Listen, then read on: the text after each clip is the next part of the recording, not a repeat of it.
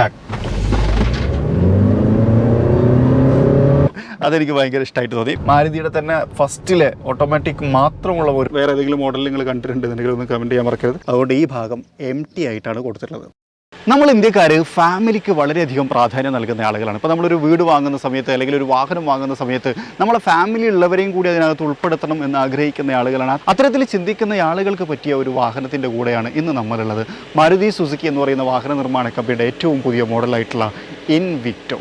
Invicto ശരിക്കും ഒരു 7 സീറ്ററാണ്, അല്ലെങ്കിൽ ഇൻവിക്ടോ ശരിക്കും ഒരു 8 സീറ്ററാണ് എന്നൊക്കെ നമുക്ക് പറയാം. ഇന്നത്തെ വീഡിയോയിലൂടെ നമ്മൾ പങ്കുവെക്കാൻ പോകുന്നത് മാരുതി സുസുക്കി ഇൻവിക്ടോ എന്ന് പറയുന്ന മോഡലിൻ്റെ വിശേഷങ്ങളാണ്, ഇതിൻ്റെ പ്രത്യേകതകളാണ്. എല്ലാ കൂട്ടുകാർക്കും നമ്മുടെ പുതിയൊരു വീഡിയോയിലേക്ക് ഹൃദ്യമായ സ്വാഗതം.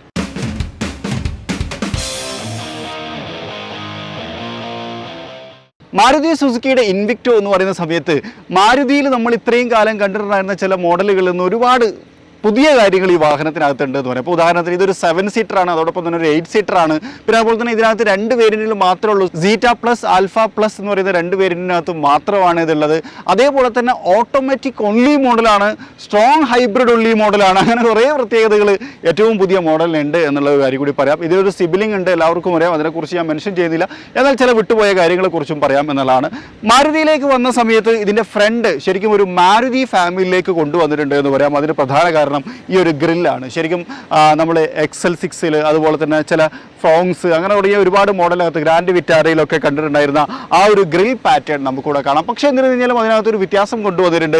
ഈ ഒരു ക്രോം ബാഡ്ജിങ് സാധാരണഗതിയിൽ ഒരു സിംഗിൾ ബാഡ്ജിങ് ആയിരുന്നെങ്കിൽ ഇപ്പം അതൊരു ഡബിൾ ബാഡ്ജിങ് ആക്കി കൊടുത്തിട്ടുണ്ട്. അതിനകത്ത് സുസുക്കിയുടെ ലോഗോ കാണാം, അതുപോലെ തന്നെ അവിടെ ഒരു ക്യാമറ യൂണിറ്റും കൊടുത്തിട്ടുണ്ട്. ഫ്രണ്ടിലേക്ക് വന്ന സമയത്ത് മാരുതിയുടെ സാധാരണ പാറ്റേണിൽ നിന്ന് വലിയ വ്യത്യാസം അതാണ്. പിന്നെ അതുപോലെ ഈ ഒരു ഭാഗത ഇതൊരു പിയാനോ ബ്ലാക്ക് എലമെൻറ്റുമായിട്ടാണ് കൊടുത്തുള്ളത്. അപ്പോൾ ശരിക്കും പറഞ്ഞാൽ ആ ഒരു ഗ്രില്ലിനോട് അത് കണക്റ്റഡ് ആവുന്നു എന്നുള്ള തരത്തിലാണ് കൊടുത്തുള്ളത്. പാർക്കിംഗ് സെൻസറുകൾ കാണാം. പിന്നെ അതുപോലെ തന്നെ ഫോഗ് ലാമ്പിൻ്റെ ഏരിയ ശരിക്കും ഒരു DRL പോലെ ഒരു സ്ട്രെയിറ്റ് ലൈൻ ആയിട്ടാണ് കൊടുത്തിട്ടുള്ളത്.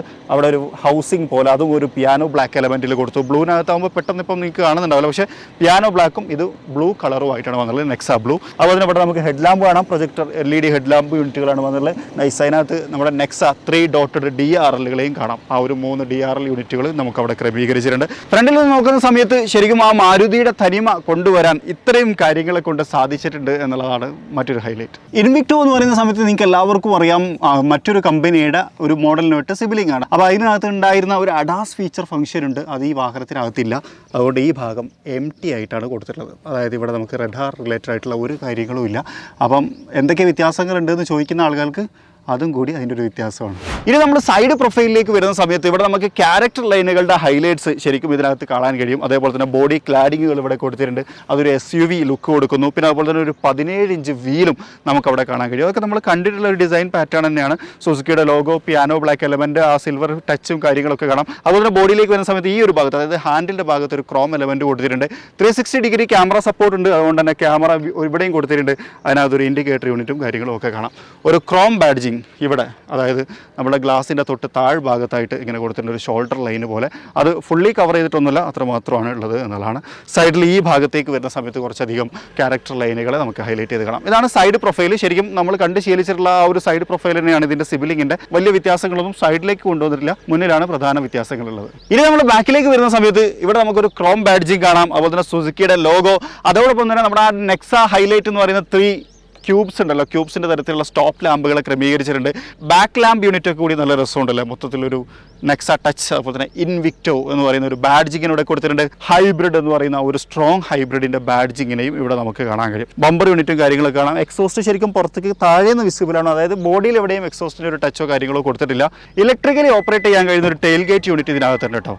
അത് നല്ലൊരു കാര്യം, ഒരു ഇലക്ട്രിക്കൽ ടെയിൽ ഗേറ്റ്. അതിനകത്ത് ഇപ്പം നമ്മൾ അത്യാവശ്യത്തിന് ലഗേജ് വെച്ചതുകൊണ്ട് നിങ്ങൾക്ക് കറക്റ്റ് ലഗേജിൻ്റെ ഇത് മനസ്സിലാവും. 1 2 3 4 5 ബാഗുകൾ ഇവിടെ വെക്കാം. അപ്പം ഒരു ഫാമിലിയൊക്കെ ആയിട്ട് പോകുന്ന സമയത്ത് ഒരു 5 ക്യാബിൻ ബാഗുകൾ കൊള്ളുന്ന ഒരു ഗ്യാപ്പ് ബാക്കിൽ നമുക്ക് ബൂട്ട് സ്പേസ് ആയിട്ടുണ്ട്. ഏകദേശം 290 ബൂട്ട് ലിറ്ററാണ്. ഇങ്ങനെ വരുമ്പോൾ ക്ലോസ് ചെയ്ത് കഴിഞ്ഞാൽ നമുക്ക് ഏകദേശം 650ഓളം ബൂട്ട് ലിറ്റർ കപ്പാസിറ്റി വരും എന്നുള്ളതാണ്. നൈസ്. അതിനകത്താണ് സ്പെയർ വീലിനെ ക്രമീകരിച്ചുള്ളത്. 1 ടച്ച് അപ്പാണ്, അതുപോലെ തന്നെ 1 ടച്ച് ക്ലോസുമാണ് നമ്മുടെ ടെയിൽ ഗേറ്റ് യൂണിറ്റ്. ബാക്കിൽ നമുക്ക് ക്യാമറ യൂണിറ്റും അതുപോലെ തന്നെ wiper, defogger lines, high mounted stop lamp, അതേപോലെ തന്നെ ഇവിടെ നമുക്ക് സ്പോയിലർ യൂണിറ്റ്, മുകളിൽ നമുക്കൊരു ഷാർക്ക് ഫിൻ ആൻറ്റിനെയും കാണാൻ പറ്റും. ഇനി നമ്മൾ ഇൻറ്റീരിയറിലേക്ക് വരുന്ന സമയത്ത് ഏറ്റവും പുതിയ ഇൻവിക്ടോയുടെ ഇൻറ്റീരിയർ ഫുള്ളി ബ്ലാക്ക്ഡ് ഇൻറ്റീരിയർ ആണ് എന്നുള്ളൊരു ഹൈലൈറ്റ് ഉണ്ട്. ഇപ്പോൾ നമ്മൾ സീറ്റിലേക്കൊക്കെ വന്നു കഴിഞ്ഞാൽ ഫുള്ളി ലെതർ സീറ്റുകൾ കാണാം. ഇലക്ട്രിക്കലി അഡ്ജസ്റ്റ് ചെയ്യാൻ പറ്റുന്ന ഫ്രണ്ട് സീറ്റുകളാണ് ഈ വാഹനത്തിനകത്ത് വന്നിട്ടുള്ളത്. അതിനകത്ത് വെന്റിലേഷൻ വന്നിട്ടുണ്ട്. അതിനെക്കുറിച്ചൊക്കെ ഞാൻ പറയാം. ആദ്യം തന്നെ നമുക്ക് ഡോർ സൈഡിൽ നിന്ന് ആരംഭിക്കാം. ഡോറിലേക്ക് വരുന്ന സമയത്ത് ഈ ഒരു ഭാഗത ഇതൊരു ലെതർ മെറ്റീരിയലാണ് വരുന്നത്. അതുപോലെ തന്നെ ഇവിടെയും ലെതർ കാണാം. അതിനകത്തൊരു ക്രോം ടച്ച് കൊടുത്തിട്ടുണ്ട്, ലെതർ സ്റ്റിച്ച്. അതുപോലെ തന്നെ മെമ്മറി ഫംഗ്ഷൻസ് കൊടുത്തിട്ടുണ്ട്. അതിൻ്റെ ഒരു ബട്ടൺസിനെയും നമുക്ക് ഇവിടെ കാണാൻ കഴിയും. പിന്നെ അതുപോലെ തന്നെ ഈ കളർ ഇത് ശരിക്കും ഒരു ഗോൾഡൻ കളറാണ്. ഒരു ക്രോമോ അല്ലെങ്കിൽ സിൽവറോ അല്ല, ഒരു ഗോൾഡൻ ഫിനിഷാണ് ഇതിനകത്ത് കൊടുത്തത്. അതുപോലെ തന്നെ പവർ വിൻഡോ കൺട്രോൾസ്, മിററിൻ്റെ കൺട്രോൾസ് കാര്യങ്ങളൊക്കെ ഇവിടെ കാണാം. ഇലക്ട്രിക്കലി കൺട്രോൾ ചെയ്യുന്ന കാര്യങ്ങളാണ് ഇവിടെ കൊടുത്തിട്ടുള്ളത്. ഈ ഭാഗത ഇതൊക്കെ പ്ലാസ്റ്റിക്കാണ് വരുന്നത്. അതുപോലെ തന്നെ സ്റ്റോറേജ് സ്പേസ്, അതുപോലെ വലിയ ഒരു കപ്പ് ഹോൾഡറും നമുക്കവിടെ കൊടുത്തിട്ടുണ്ട്. ഒരു മ്യൂസിക് സിസ്റ്റത്തെയും നമുക്കവിടെ കാണാൻ കഴിയും. ഇനി നമ്മൾ ഇൻറ്റീരിയറിലേക്ക് വന്നിരിക്കുകയാണ്. ഇൻറ്റീരിയറിലേക്ക് വരുന്ന സമയത്ത് സ്റ്റിയറിംഗ് വീല് നമുക്കിവിടെ കാണാം. അതിനകത്ത് ക്രൂസ് കൺട്രോൾ, അതുപോലെ തന്നെ വോളിയം അപ്പ് ആൻഡ് ഡൗൺ, അതായത് ഇൻഫോർടൈൻമെൻറ്റ് സിസ്റ്റത്തിൻ്റെ കൺട്രോൾ കാര്യങ്ങൾ കൊടുത്തിട്ടുണ്ട്. ഇതാണ് ഹോൺ വരുന്നത്, PP സൗണ്ട്. അതുപോലെ ഇത് ലെതർ കവേർഡാണ്, സ്റ്റിച്ചിങ്ങും കാര്യങ്ങളൊക്കെ അവിടെ കാണാം. അതുപോലെ തന്നെ ഇൻസ്ട്രുമെൻറ്റ് ക്ലസ്റ്ററിലേക്ക് വന്നു കഴിഞ്ഞാൽ ഒരു അനലോഗ് സൈഡും അതുപോലെ തന്നെ ഡിജിറ്റൽ സൈഡും കൂടി ആഡ് ചെയ്തിട്ടുള്ള ഒരു ഇൻസ്ട്രുമെൻറ്റ് ക്ലസ്റ്ററാണ് വരുന്നത്. ഡോർ ഓപ്പൺ ആണ്. അതുപോലെ തന്നെ RPM മീറ്റർ തുടങ്ങിയിട്ടുള്ള കാര്യങ്ങളൊക്കെ അവിടെ നമുക്കിവിടെ കാണാൻ കഴിയും. ശരിക്കും 3 ഡ്രൈവ് മോഡുകളുണ്ട്. ഇപ്പോൾ ഇത് പവർ മോഡിലാണ്, അതുകൊണ്ട് റെഡ് കാണിക്കുന്നത്. പിന്നെ അതുപോലെ തന്നെ എക്കോ, പിന്നെ അതുപോലെ തന്നെ നോർമൽ, അങ്ങനെ 3 ഡ്രൈവ് മോഡുകൾ ഈ വാഹനത്തിനകത്ത് കാണാം. അതിനനുസരിച്ച് ഇൻസ്ട്രുമെൻറ്റ് ക്ലസ്റ്ററിൻ്റെ കളർ ചേഞ്ചും കാര്യങ്ങളും ഒക്കെ വരുന്നുണ്ട് എന്നുള്ളതാണ്. ഇങ്ങോട്ട് വന്നു കഴിഞ്ഞാൽ ഇവിടെ നമുക്കൊരു ഇൻഫോർടൈൻമെൻറ്റ് സിസ്റ്റം കാണാം. ഈ ഇൻഫോർടൈൻമെൻറ്റ് സിസ്റ്റം ശരിക്കും നമ്മൾ നേരത്തെ മാരുതിയിൽ കണ്ടതുപോലെയല്ല, ഡിസൈൻ വ്യത്യാസമുണ്ട്. മീൻസ് അതായത് ഇതിനകത്തുള്ള സോഫ്റ്റ്വെയറിൻ്റെ ഒരു വ്യത്യാസം പോലെ നമുക്ക് ഫീൽ ചെയ്യുന്നുണ്ട്. താഴെ നമുക്ക് volume up and down button, അതുപോലെ തന്നെ ഹോം ബട്ടൺ, പവർ ബട്ടൺ തുടങ്ങിയിട്ടുള്ള കാര്യങ്ങളൊക്കെ നമുക്കിവിടെ കാണാം. പവർ ബട്ടൺ നോക്കി കഴിഞ്ഞാൽ ഓഡിയോ ആണ്, ഓഫ് ആണ്. ഓക്കെ, താഴെ AC വെൻസ്, അതുപോലെ തന്നെ ഇവിടെ AC യുടെ കൺട്രോളുകളും നമുക്കിവിടെ കാണാൻ കഴിയും. ഇവിടെയാണ് നമ്മുടെ സീറ്റ് വെന്റിലേഷൻ്റെ ബട്ടൺ കൊടുത്തിട്ടുള്ളത്. അതുപോലെ തന്നെ AC യുടെ മറ്റ് കൺട്രോൾസും കാര്യങ്ങളൊക്കെ ഇവിടെ കാണാം. ഈ CVT ട്രാൻസ്മിഷൻ അതിവിടെ കാണാം. അതുപോലെ തന്നെ camera view, 360 degree camera view നമുക്കിവിടെ കാണാം. ഒരു കാര്യം ശ്രദ്ധിച്ചോ, നമ്മൾ മാരുതിയിൽ കണ്ടിട്ടുണ്ടായിരുന്ന ആ ഒരു വണ്ടി ഇങ്ങനെ ആക്റ്റീവായിട്ട് വരുന്ന സാധനം ഇതിനകത്തില്ല. Just 360 degree camera directly open ആയി വരുന്ന തരത്തിലാണ്. അതുപോലെ തന്നെ പാർക്കിംഗ് ബ്രേക്ക് ഫസ്റ്റ് ടൈമാണ് മാരുതിയിൽ ഇലക്ട്രോണിക് പാർക്കിംഗ് ബ്രേക്ക് വന്നിട്ടുള്ളത്. അതുപോലെ ഓട്ടോ ഹോൾഡിൻ്റെ ബട്ടൺ കാണാം. ഡ്രൈവ് മോഡ്, EV മോഡ് എന്ന് പറഞ്ഞാൽ നമുക്ക് ഇലക്ട്രിക് മോഡ്, നമുക്ക് വാഹനം എന്നുണ്ടെങ്കിൽ നമ്മൾ പതുക്കെ പോകുന്ന സമയത്ത് ഹൈബ്രിഡിൻ്റെ ബാറ്ററി ഒക്കെ ഉണ്ട് എന്നുണ്ടെങ്കിൽ അതിനനുസരിച്ച് EV മോഡ് യൂസ് ചെയ്യാം. അതുപോലെ തന്നെ ട്രാക്ഷൻ കൺട്രോളിൻ്റെ ബട്ടൺ. ചാർജിങ് സോക്കറ്റുകൾ കാണാം, 2 എണ്ണം. അത് മറ്റേ C ടൈപ്പും മറ്റേ ടൈപ്പും ഉണ്ട്. അതുപോലെ തന്നെ ഇവിടെ കപ്പ് ഹോൾഡറുകളും കൊടുത്തിട്ടുണ്ട്. വലിയ കപ്പ് ഹോൾഡർ പോലെ കൊടുത്തിട്ടുണ്ട്. അതുപോലെ തന്നെ ഈ ഒരു ഗോൾഡൻ ആൻസൻ ഇവിടെയും കാണാം. അത് ഇവിടെയും നമുക്കിവിടെ കാണാം, ഗോൾഡൻ ആൻസൻ. അതുപോലെ ഇവിടെ നമുക്കൊരു ചാർജിങ് പോർട്ട് കൊടുത്തിട്ടുണ്ട്. ഈ ഏരിയ ഇത് സ്റ്റോറേജ് സ്പേസ് ആണ്. അവിടെ വേണമെന്നുണ്ടെങ്കിൽ നമുക്ക് എന്ത് ചെയ്യാൻ പറ്റും അറിയോ, വയർലെസ് ചാർജിങ് പോർട്ട് വെക്കാൻ പറ്റും. അത് ആക്സറീസ് ആയിട്ട് അവൈലബിൾ ആണ് മാരുതിയുടെ കയ്യിൽ. അതുപോലെ തന്നെ ഗ്ലോ ബോക്സിനെയും ഇവിടെ കാണാം.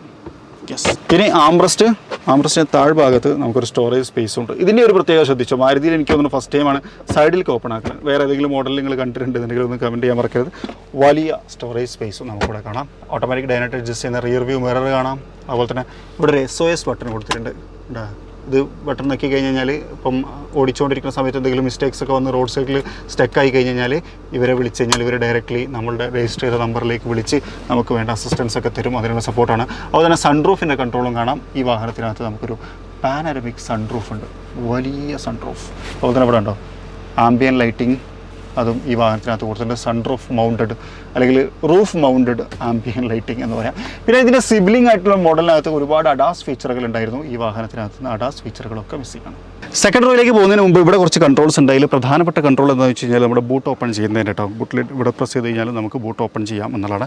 ഇനി നമുക്ക് സെക്കൻഡ് റോയിലേക്ക് പോകാം. സെക്കൻഡ് റോയിലേക്ക് പോകുന്ന സമയത്ത് ഇതിനകത്തുള്ളതെന്ന് പറഞ്ഞാൽ ഇപ്പം 2 സീറ്റുകളാണ്. നമുക്ക് ബെഞ്ച് ടൈപ്പ് സീറ്റ് വരും. അപ്പോൾ നമുക്ക് 8 സീറ്റർ ആവും എന്നുള്ളതാണ്.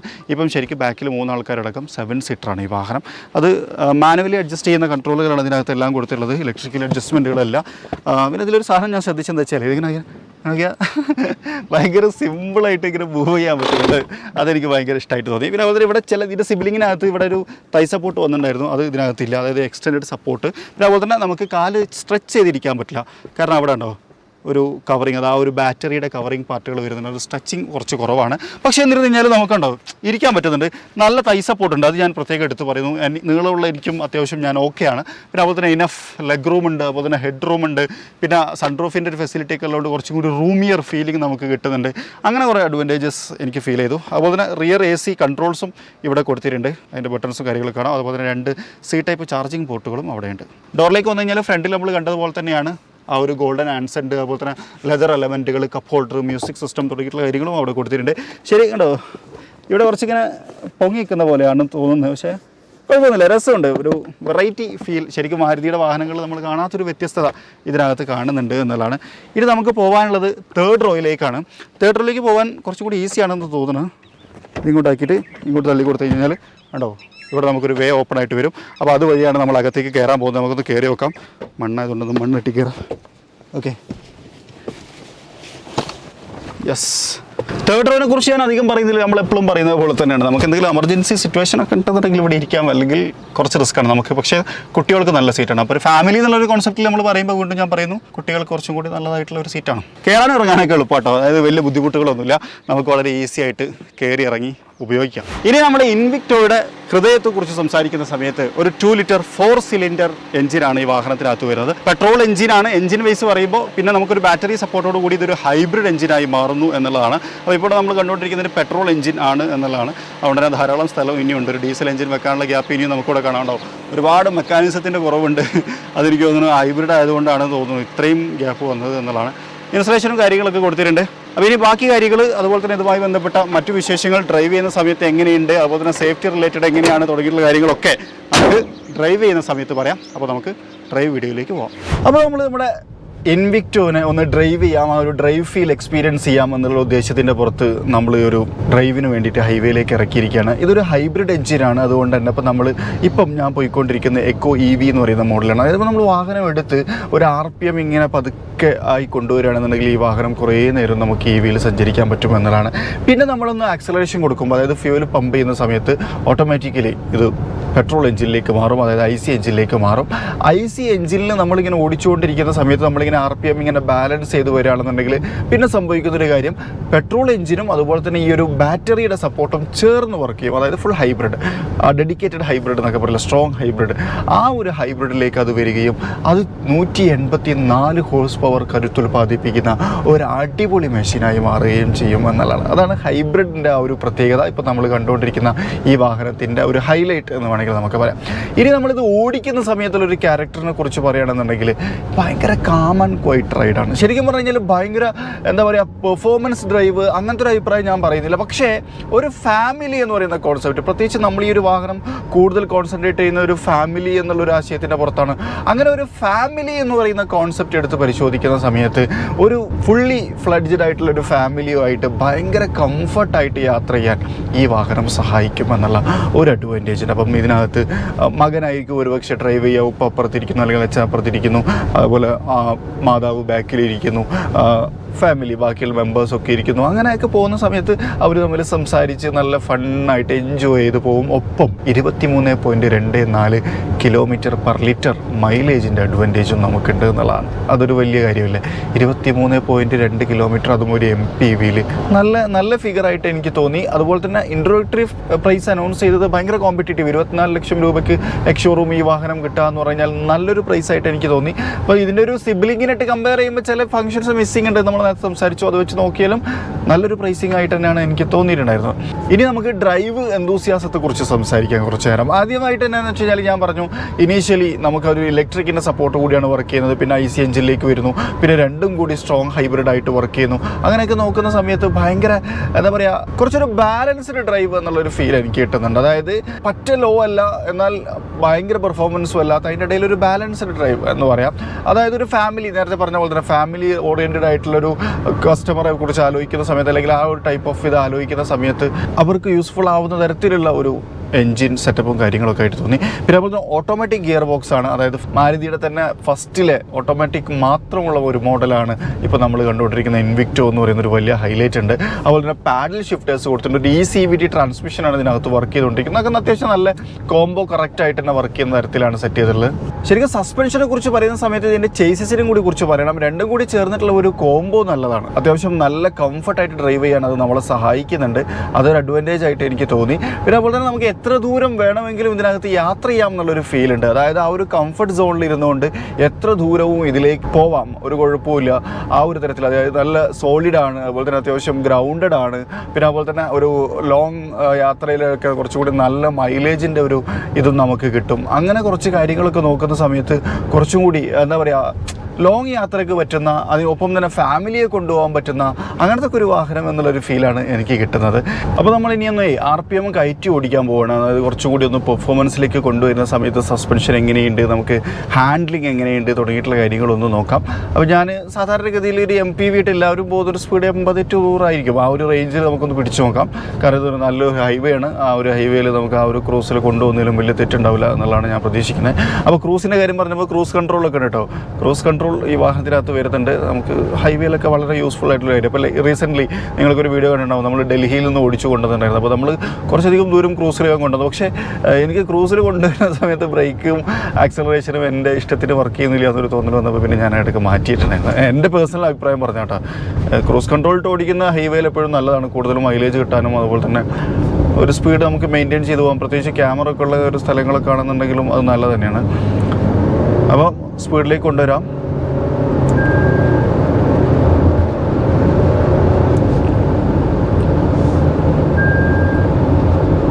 ഞാനിപ്പോൾ 80 ഇങ്ങനെ കണ്ടിന്യൂസ് പിടിച്ചുകൊണ്ടിരിക്കുന്നത്.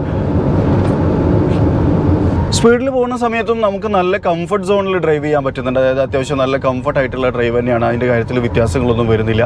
കുറച്ചുകൂടി സ്റ്റേബിൾ ആയിട്ടുള്ള ഒരു വാഹനം എന്നുള്ളൊരു ഫീൽ ഉണ്ട് RPM ഹയറിൽ വരുന്ന സമയത്തും. പിന്നെ അതുപോലെ തന്നെ സസ്പെൻഷൻ കുറച്ചും കൂടി നല്ലൊരു സപ്പോർട്ട് നമുക്ക് ഡ്രൈവിൻ്റെ കേസിൽ തരുന്നുണ്ട്. അപ്പോൾ നമുക്ക് ഇതിനകത്ത് ചാടിയിട്ടുള്ള ബുദ്ധിമുട്ടോ കാര്യങ്ങളോ ഒന്നും തന്നെ ഉണ്ടാവുന്നില്ല. ഹോണും സ്റ്റാൻഡേർഡാണ്, നമ്മൾ ശ്രദ്ധിച്ചത്.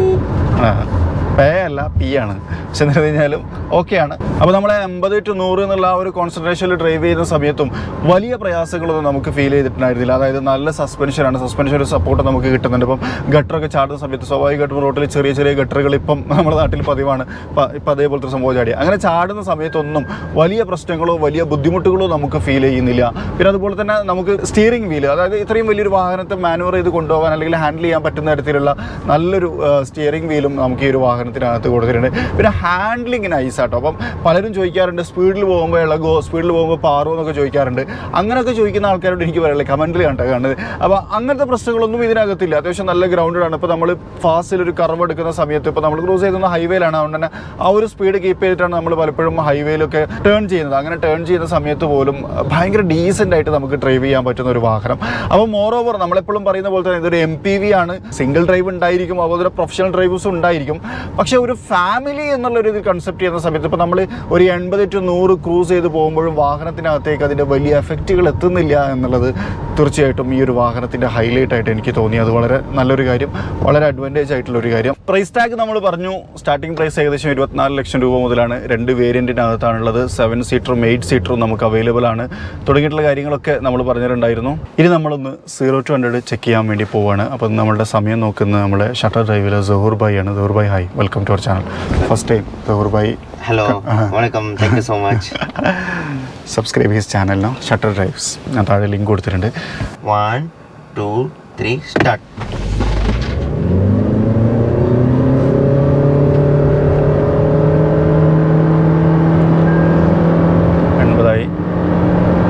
Yes, 10.4 seconds. 10.4 സെക്കൻഡ്സ് ആണ് നമ്മൾ എടുത്തിട്ടുണ്ടായിരുന്നത് 0 to 100 ടച്ച് ചെയ്യാൻ.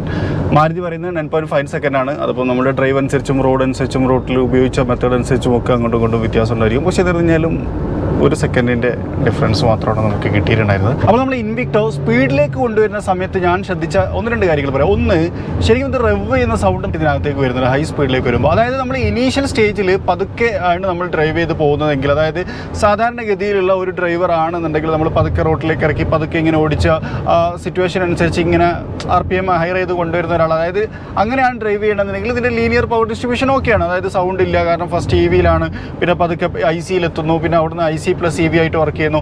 അങ്ങനെയൊക്കെ വർക്ക് ചെയ്യുമ്പോൾ നൈസാണ്. പക്ഷെ നമ്മൾ ഇനീഷ്യലി എടുത്തിട്ട് ഫസ്റ്റ് ത്രോട്ടിൽ കൊടുത്തിട്ട് ഇതേപോലെ പോകുമ്പോൾ കേട്ടോ കുറച്ച് സൗണ്ട് നമുക്ക് ക്യാബിനകത്തേക്ക് വരുന്ന ഒരു ഫീലുണ്ട്. അത് എല്ലാ യാത്രയിലും ഉണ്ട്. അപ്പം ലോങ് യാത്ര പോകുന്ന സമയത്ത് ചെറിയൊരു ബുദ്ധിമുട്ട് പോലെ ഫീൽ ചെയ്യാൻ സാധ്യതയുണ്ട് എന്നുള്ളതാണ്. അപ്പോൾ അതാണ് ഒരു കാര്യം ഞാൻ ശ്രദ്ധിച്ചത്. പിന്നെ രണ്ടാമത്തെ കാര്യം, നല്ല സ്പീഡിലേക്ക് കൊണ്ടുവരുമ്പോഴും ഇപ്പോൾ നമ്മൾ 120 സ്പീഡിലൊരു ഹൈവേയിലാണ് ഓടിക്കുന്നത്. അപ്പോൾ ആ ഒരു ഹൈവേയിലാണെങ്കിൽ പോലും ഒരു ബുദ്ധിമുട്ടും ഇല്ലാതെ നമുക്ക് ഡ്രൈവ് ചെയ്യാൻ പറ്റുന്നുണ്ട്. അതായത് ക്രൂസിങ് അടിപൊളിയാണ്, നല്ല കോൺഫിഡൻ്റ് ആണ്, അത്യാവശ്യം നല്ല ഗ്രൗണ്ടഡുമാണ്. പിന്നെ ഇതിന് ഇൻട്രൊഡക്ടറി പ്രൈസ് എന്ന് പറഞ്ഞു കഴിഞ്ഞാൽ ഞാൻ നേരത്തെ പറഞ്ഞായിരുന്നു 24,70,000 രൂപയൊക്കെയാണ് വരുന്നത്. അത് കുറച്ച് കഴിഞ്ഞാൽ ചിലപ്പോൾ മാറാൻ സാധ്യതയുണ്ട്. അപ്പോൾ അത് ഇതിൻ്റെ സിബിലിംഗ് അതിനെ വെച്ച് നോക്കുന്ന സമയത്ത് ഏകദേശം 2 ലക്ഷം രൂപ രൂപയോളം കുറവുണ്ട്. ആ ഒരു കുറവ് എന്ന് പറഞ്ഞു കഴിഞ്ഞാൽ ചില ഫീച്ചറുകളും ഇതിനകത്ത് മിസ്സിംഗ് ആണ് ആ ഒരു കുറവിന്. അപ്പോൾ അങ്ങനെയൊക്കെ നോക്കുകയാണെന്നുണ്ടെങ്കിൽ ഈ 2 ലക്ഷം ലാഭമായിട്ട് ഉദ്ദേശിക്കുന്ന അല്ലെങ്കിൽ അതൊക്കെ ഓക്കെ ആയിട്ട് തോന്നുന്ന ആൾക്കാർക്ക് ഈ വണ്ടി നൈസ് ചോയ്സ് തന്നെയാണ്. ഇനിയത്തെ ഒരു ചോദ്യം, ഏത് ടൈപ്പ് ഓഫ് ആൾക്കാരാണ് ഇത് വാങ്ങാൻ, അല്ലെങ്കിൽ ഏത് ടൈപ്പ് ഓഫ് ആൾക്കാർക്കാണ് ഇത് സജസ്റ്റ് ആവുക എന്നുള്ളതാണ്. അപ്പം എൻ്റെ ഒരു അഭിപ്രായം ഞാൻ പറയാം, അതിൽ വേരിയേഷൻസ് ഉണ്ടാവും, മാറ്റങ്ങൾ വരാൻ സാധ്യത കൂടുതലാണ്. എന്നിരുന്നു കഴിഞ്ഞാലും ഞാൻ എൻ്റെ ഒരു അഭിപ്രായം പറയാം. അതായത് ഒരു ഫാമിലി ഓറിയൻറ്റഡ് ആയിട്ട് ചിന്തിക്കുന്ന ഒരു ആൾ, അതായത് അയാളുടെ വീട്ടിൽ 8-ൽ താഴെ മെമ്പേഴ്സ് ഉള്ള ഒരു ഫാമിലിയാണ്, അതായത് 5-ൽ കൂടുതലും 8-ൽ താഴെയുള്ള അങ്ങനത്തെ ആൾക്കാർക്കാണല്ലോ ഇങ്ങനെ വരിക. അപ്പോൾ അങ്ങനെയുള്ള ആളുകൾ, എന്നാൽ അതോടൊപ്പം തന്നെ കുറച്ചുകൂടി മൈലേജ് എഫിഷ്യൻ്റ് ആയിട്ട് ഉപയോഗിക്കണം എന്ന് ആഗ്രഹിക്കുന്ന ആൾക്കാരൊക്കെ ആണെന്നുണ്ടെങ്കിൽ അവർക്ക് ഉപയോഗിക്കാൻ പറ്റുന്ന ഒരു വാഹനമാണ് ഇപ്പോൾ നമ്മൾ ഓടിച്ചുകൊണ്ടിരിക്കുന്ന ഇൻവിക്ടോ എന്ന് പറയാം. കാരണം ഇത്രയും കൂടുതൽ മൈലേജ് ഹൈബ്രിഡ് ആയതുകൊണ്ട് തന്നെ ആ ഒരു മൈലേജ് അഡ്വാൻറ്റേജ് ശരിക്കും കിട്ടും എന്നുള്ളതാണ്. മറ്റൊരു കാര്യം എന്താണെന്ന് വെച്ച് കഴിഞ്ഞാൽ, ഇപ്പം ഫാമിലി ആയിട്ട് പോകുന്ന ആളാണ്, അതുപോലെ മൈലേജ് കോൺഷ്യസ് ആണ്, അതോടൊപ്പം തന്നെ അത്യാവശ്യം നല്ല റൈഡ് കംഫർട്ടുള്ള ഒരു വാഹനം ചൂസ് ചെയ്യണമെന്ന് ആഗ്രഹിക്കുന്ന ആൾക്ക്, അതുപോലെ തന്നെ കുറച്ചുകൂടി കംഫർട്ടബിൾ ആയിട്ട് യാത്ര ചെയ്യണം, ലോങ് യാത്ര പോകണം, അപ്പോൾ പോക്കറ്റ് സേവിങ് ആവണം, ഇങ്ങനെയൊക്കെ ചിന്തിക്കുന്ന ആൾക്ക് പറ്റിയ ഒരു വാഹനമായിട്ടാണ് ഇൻവിക്ടോയെ എനിക്ക് തോന്നിയത്. നല്ല പ്രൈസ് റേഞ്ചിലാണ് ഇത് കിട്ടുന്നത് എന്നുള്ളൊരു അഡ്വാൻറ്റേജ് ഉണ്ട്. ഒപ്പം തന്നെ മാരുതിയുടെ വലിയൊരു നെറ്റ്വർക്ക്, കാരണം ഇന്ത്യയിൽ ഒരുപക്ഷെ ഏറ്റവും കൂടുതൽ നെറ്റ്വർക്കുള്ള വാഹന നിർമ്മാണ കമ്പനികളിൽ ഒന്നാണ് മാരുതി. അതുകൊണ്ട് തന്നെ ആ ഒരു മാരുതിയുടെ കംപ്ലീറ്റ് നെറ്റ്വർക്കിനെയും യൂട്ടിലൈസ് ചെയ്യാനും ഈ വാഹനം എടുക്കുന്നതിലൂടെ സാധിക്കും എന്നുള്ളതാണ്. നെക്സയിലേക്കാണ് ഇത് വരുന്നത്. പക്ഷേ നെക്സയിലാണെങ്കിലും നമുക്ക് മാരുതി അറീനയുടെ സർവീസ് സെൻറ്ററുകളൊക്കെ യൂട്ടിലൈസ് ചെയ്യാം, അതിലൊന്നും വലിയ സീൻ ഉണ്ടാവില്ല എന്നാണ് ഞാൻ വിചാരിക്കുന്നത്. അപ്പോൾ ഏത് ടൈപ്പ് ഓഫ് ആൾക്കാരിലേക്കുള്ള ഒരു മോഡലായിട്ടാണ് ഇൻവിക്ടോയെ എനിക്ക് തോന്നിയത്. അപ്പോൾ ഇതാണ് ഏറ്റവും പുതിയ ഇൻവിക്ടോ ഓടിച്ച സമയത്തുള്ള എൻ്റെ അനുഭവം, എനിക്കതിൽ തോന്നിയ കാര്യങ്ങൾ. നിങ്ങൾക്ക് ഇഷ്ടപ്പെട്ടിട്ടുണ്ടാവും വിചാരിക്കുന്നു. ഇഷ്ടപ്പെട്ടെങ്കിൽ ലൈക്ക് ചെയ്യാൻ മറക്കരുത്. അതുപോലെ തന്നെ ചാനൽ ആദ്യമായിട്ട് കാണുന്ന സുഹൃത്തുക്കളുണ്ടെങ്കിൽ സബ്സ്ക്രൈബ് ചെയ്യാനും മറക്കരുത്. തൽക്കാലം ഇന്നത്തെ വീഡിയോ നമ്മളിവിടെ അവസാനിപ്പിക്കുകയാണ്. നമ്മളിപ്പം ഉണ്ടായിരുന്നത് ജോധ്പൂരിലാണ്. ജോധ്പൂരിൽ വെച്ചാണ് നമ്മളിപ്പോൾ ഈ ഒരു വീഡിയോ ചെയ്തത്, രാജസ്ഥാൻ. നിങ്ങൾക്ക് ഇഷ്ടപ്പെട്ടിട്ടുണ്ടാവും എന്നുള്ള വിശ്വാസത്തോടു കൂടി അവസാനിപ്പിക്കുന്നു. മറ്റൊരു വീഡിയോയിൽ മറ്റൊരു വിശേഷമായിട്ട് കാണാം. അതുവരെ ചെറിയൊരു ബ്രേക്ക്.